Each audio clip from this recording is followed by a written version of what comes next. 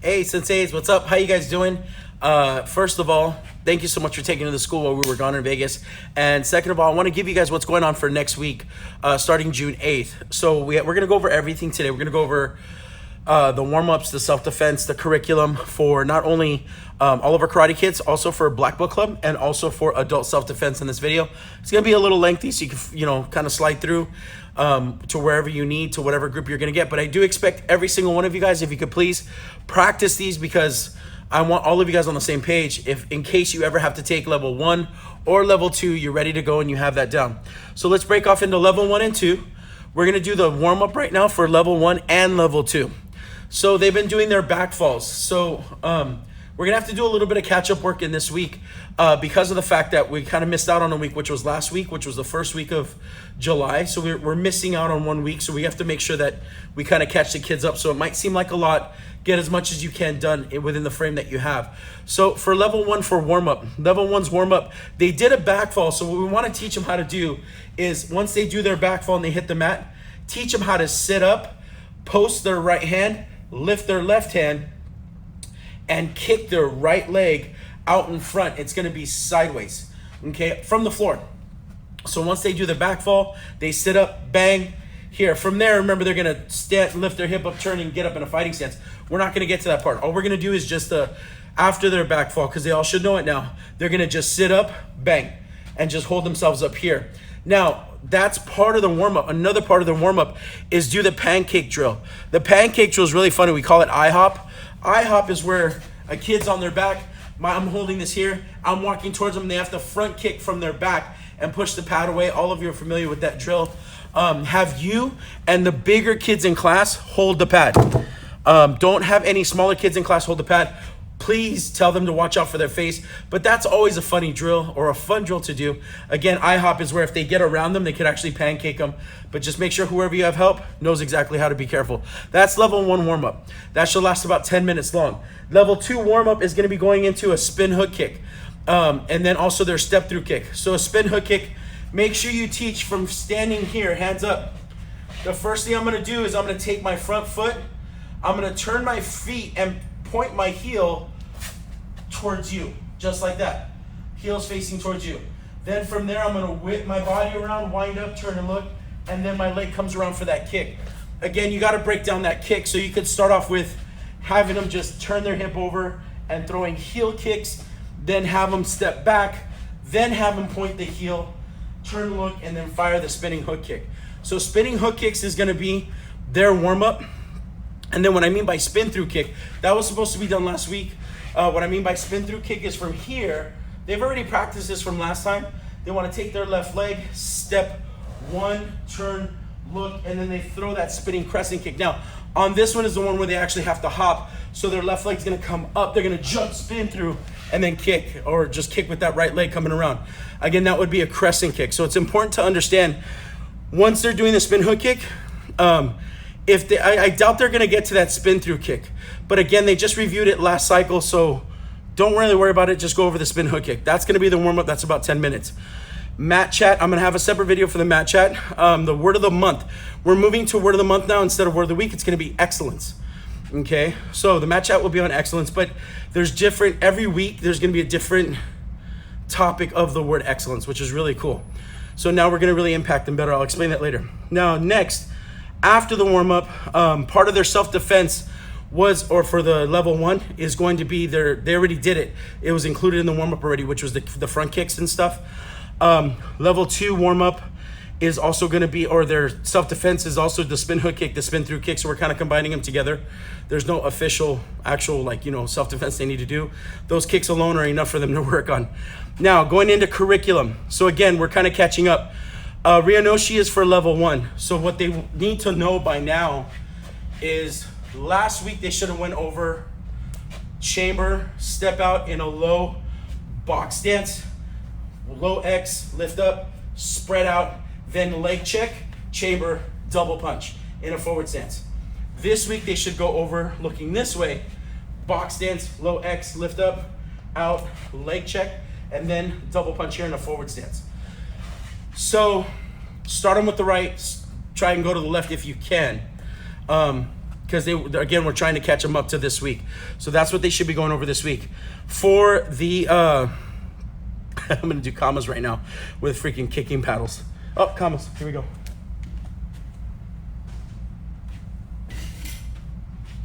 All right, so for level 2, again, we're catching them up. So bear with me on this one. From here, level 2, we're starting in the middle of kamikata. We're teaching them the end of it. So they're gonna start here. They're gonna step out in a left forward stance.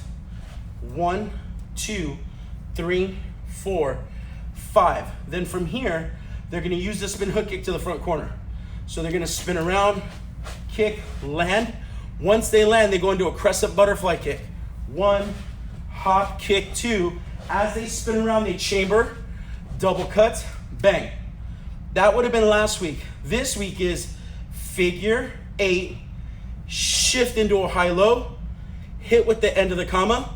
Then they're gonna slice, spin around, set to the back corner in a natural stance. So again, that's what they're gonna be doing. It was supposed, last week they were supposed to know up until the crescent butterfly kick, double cuts. This week they were supposed to only go over the figure 8s, hit, spin through, set. But we're catching up, so we missed out a little bit on last week. So that's happening for curriculum, okay? Those are all the classes for karate. Now we're gonna get into Black Belt Club. Black Belt Club, Sensei Shane, and all the senseis, black belt. Sais come from Okinawa. They were used for baling hay and as a pitchfork. They were also used for spearing fish. Very common weapon used against samurai. Story has it is that they like to catch the sword in between here and break the blade. So the sais, when they hold the sais, notice my hand. Okay, so it's almost like I'm doing a vertical punch here. Do not let them put their thumb up here. Have them hold it, thumb down. So from here, you have them hold the sai, have them elbow up, smack and whip, smack and whip. Again, or whip and smack, sorry. Bang, aim for their collarbone. Here, or the nose. Here, snap. So it's gonna whip out and snap and lock. Bang, bang, bang. Then you go to the chop side here. Boom, side, bring it back. Over, notice I'm tipping with the elbow. Bang, there. And then back. Other side, snap and lock. And then from there you teach them the flip ins, which is gonna be a challenge for them. You might wanna do this in the last 5-10 minutes of class. Thumbs here, in, flip. Then from here, grab, flip out. Now, here's a cool way to teach that. Don't teach the flips. Teach them how to hold it, then teach them how to hold it like this. So first you teach here, those snaps here, and then teach here, have them do it on a bag. Then teach them how to hold it like this. Have them practice here in a horse stance. Then go punch, punch, punch, punch. When you say punch, ayah, punch, ayah. Make sure when they chamber, it's sideways. It's not up and down because they could poke themselves. Chambering sideways. Now, once you teach them how to punch, bang here, wrap your arm, downward block. Wrap your arm, downward block. So now when they're practicing the downward blocks, here, notice I'm turning it out. Now, it could be 2 ways. It could be done here, because you're poking this or stabbing someone on the side of the leg, or it could be done here, because you're using this to block. Here or here. So a block set for them could be 1, in, 2, and turn that arm out. And then wrap 1, in, 2. Turn the arm out again. Show them that they could protect themselves with that. So for side basics this week should be just the punches. Then, don't flip out like that. They'll hold them like this already. Smack, bang, sideways, boom, have them hit a bag, bang. Then don't flip them in, but just have them hold it like this. And then have them go, we already went over the punches. Have them wrap, downward block, 2 ways, sideways or turn over to protect for block. Now, right now, again, in the kata, it's gonna be sideways. It's not gonna be over like that, but we wanna show them the variation. Then, last 5 minutes of class, tell them, say from here, thumbs in, pinch with my thumb, open, my hands come over to this side and grab, then my thumb adjusts and then comes out here. Then from here, my thumb goes in the, if it's my right hand, it's in the right gap right here. Once I pinch it, open, let it drop to my wrist, and then bring my hands back around. Same thing with the other side, here, open, around here, get the thumb out of the way, and then thumb, it's my left hand in the left one. Here, pinch, open, let it drop down, and then grab here. So last 5 minutes of every Black Belt Club class, that would be awesome to teach. So that's in Black Belt Club for this week, just side basics. Side basics. Now, adult self-defense, finally here. Adult self-defense level 1, the set they're warming up is set 2. It starts off with a jab, jab, cross. So, I'm sorry, jab, jab, uppercut. So here's the deal. What you're going to do is from here, you're gonna teach them hands up, jab, step in, jab, uppercut, and then step back out. So you're taking 2 steps. 1, and then on the second step, it's 1, 2. Bah, bah, right there, and then come back out. So, and the reason why you wanna do that is against teaching them timing. They don't wanna go 1, 2, and then move in on 3. We could teach them how to do that later. Right now, the most advanced timing they could get is gonna be the 1, 1, 2, then back out. Now, have them practice that a ton of times. There's a bunch of times. Then have them hold mitts. They're gonna go left, left, right. Left, left, right. So this week alone should be strictly on them holding mitts for each other and just doing jab, jab, uppercut. Level 1. Level 2 is going over their jab, cross, hook, because that's the beginning of level 3 or set 3. Now I know that's like, oh, they already know jab, cross, hook. No, they don't. Number 1, this week I want you to practice the counters. So they're gonna get to spar with a jab, cross, hook. Now, the cool thing is they're gonna spar with bang, bang, bang. That's gonna be obviously a quick warm up. Then bits, pop, pop, pop, pop, pop, pop, pop, pop, pop. Then on each other, sparring, hands up. You're gonna throw a jab. I'm gonna parry 1. I'm gonna step parry 2 on the hook, cover on 3 on the, parry 2 on the cross. Cover on 3 on the hook, and then back to here. So I'm gonna go left, right, cover. And then I go to you, pop, pop, boom. Then you come to me, block, block, boom. We move around, bang, bang, bang. I go 1, 2, 3. If I do it from facing this way, right hand first, step back, parry, left hand, parry, pivot and cover. And this week again, you're just working on that defensive timing, smacking, boom. They're actually trying to hit each other, get the headgears on, get them ready to go. So that's their warm up. Again, we're gonna be breaking down set 2 over the course of 2 months. So we wanna make sure that they're not doing too much in the classes. And if senseis, with the adult class, I know sometimes like, oh, we already did this. So you know what? If you run 2 to 3 drills fast, back to back, they're learning. They're learning how to do it. They're being adaptive to each other. They're learning the other side to actually defending themselves. First, they've practiced and drilled like a mofo in the first 2 years. Now they're actually doing more tactical stuff. So that's for their warm up. Now for their self-defense, I'm a little embarrassed here. Level 1's supposed to do arm lock. I don't know what arm lock looks like. Sorry, but Sensei Eder, Sensei Mike, Sensei Shane, I'm sure you know what arm lock looks like, you guys. So they're supposed to do arm lock. Now if they already know how to do, this is level 1. Level 1's never done it before, so this is something new to them. Whatever the first initial move in arm lock is, just have them practice that the first week. They're gonna be doing 2 self-defense techniques for the next 3 months. So just have them practice the first initial move. If it's this one, then they need to step away and drop their arm. If it's the lock arm, I don't know which arm lock it is, but whatever one it is, first move only, hand practice on each other. Now, level 2, they're gonna do a self-defense technique that I learned, or that we learned, me and Sensei Shane learned over the weekend in Vegas, which is from a haymaker, but it's got some cool moves on it. So it's stuff that we kind of know, stuff that we haven't done, and put it in the sequence. So what you're gonna do is when you're standing natural, someone steps in and throws a huge haymaker here. What you're gonna do is you're gonna tuck your chin down, you're gonna lift your arms here, put them on your hands, and when you do that, your forearm is gonna step in, bang, and it's gonna catch that arm. And then your right arm is gonna wham, it's gonna kind of, this part of your arm is gonna kind of hit right on the collarbone here. So bang, now you could do that together. So what they're gonna practice is this, boom, and then back. I mean, if you do it right, since Shane and I were doing it on each other, you're gonna feel the hit. He kept effing poking me in the shoulder right here. And I got a bruise right here. And he didn't poke me hard. He just kept it going in there every time. They should feel that hit of that forearm going in. So have them practice this one, and then they're gonna take their right hand, go right on the neck, and then the other hand is gonna hook the arm. And when they hook the arm, again, it's gonna be more back to the elbow here, and then they're gonna turn and grab. That's all they're gonna do this week.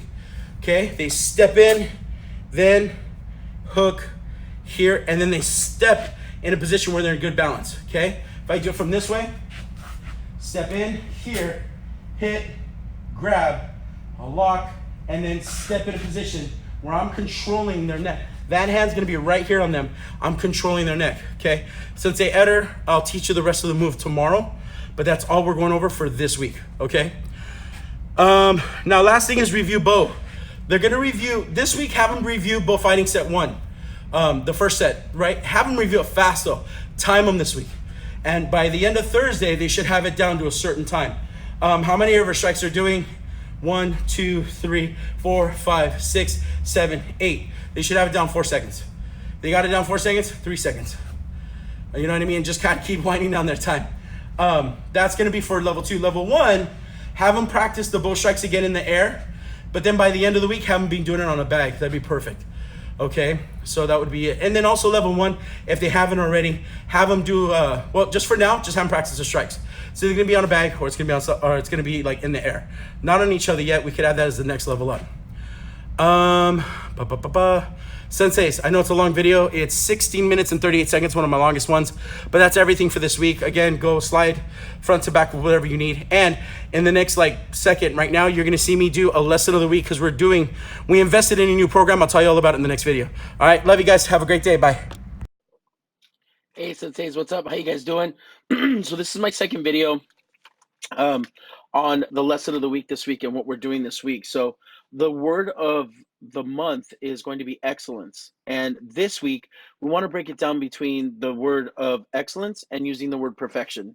We want to explain to the kids that when you use the word perfection, if you tell yourself, I want to be perfect at what I'm doing, and you constantly try to be perfect, the problem with that is that you never really hit that mark, and what happens, the bad part isn't necessarily using the word perfection.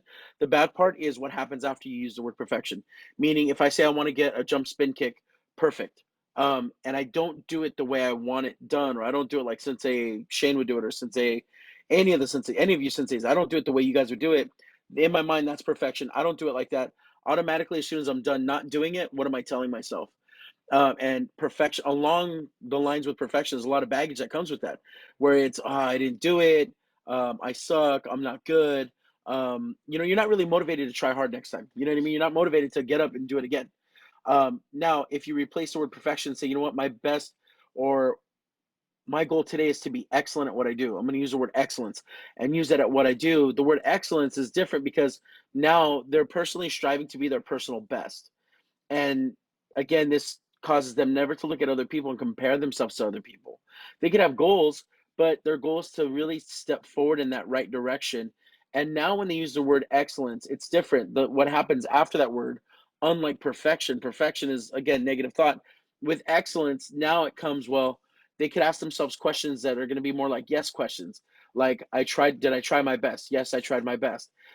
Did I do this move the way I wanted to do it? Or did I move forward with this move? Yes, I did. And again, now this triggers a different type of thought in their mind. They're a little bit more motivated, and there's no negativity. And that's the biggest part and biggest takeaway of this, is that there's no negativity in their thought. So tell them that perfection, or the word perfect, puts a limit on what they want to do. And in class, it you're always, whenever you give your best in class, you're always good enough. That's good enough for you. Just giving your best in every single class. You can use a personal story of yourself, maybe of one time that you thought, or your goal was to be perfect, and when you kept trying to do it, it just didn't happen, and what you told yourself after, how negative that could have been, or how negative it was. And then give them an example of when you started thinking a different way to motivate yourself. Like, you know what, I gave my best, I worked super hard, and next time or tomorrow I'm going to work harder again. And how you use the word excellence to really help you out, to kind of defeat or to get over that obstacle, or to achieve that goal. The next thing we want to talk about is them learning, listening, and looking. They got to listen, or they got to look, listen, and learn to areas in their life of excellence. They got to start kind of being good finders when it comes to areas in their life. And what this does is it gets them to constantly acknowledge themselves as actually pushing forward. I think it's human habit to never look at what you're doing good, always look at what you're doing wrong. And if a child, even if we have them for 45 minutes, the rest of the hours of the day are going home and they're either looking for perfection or they're just looking at the bad things that they're doing, then that's it's our best to try and impact them as much as we can here, obviously, but get the parents on board to really acknowledge them and doing good, moving forward towards that goal. With the kids, again, make them good finders. Say, I want this week, I want you to really look out for the times that your times in excellence. Like it could be like pouring a bowl of cereal. It could be you brushing your teeth, or whatever it is, making yourself as best as you can at it right there and then. Not saying I want to brush my teeth perfectly. That's not going to happen. But saying I want to have, or I want to, brush my teeth with excellence because my goal is to brush them better than I did yesterday. And that little goal right there is definitely attainable. And that's what we're getting them to do, to understand that. So they don't break their minds down and kind of be negative for themselves. That's pretty much it. I'm going to send you guys this again in a link with the videos and everything that you need for the curriculum. And that's it. Thanks, guys. I'll talk to you guys later. Okay.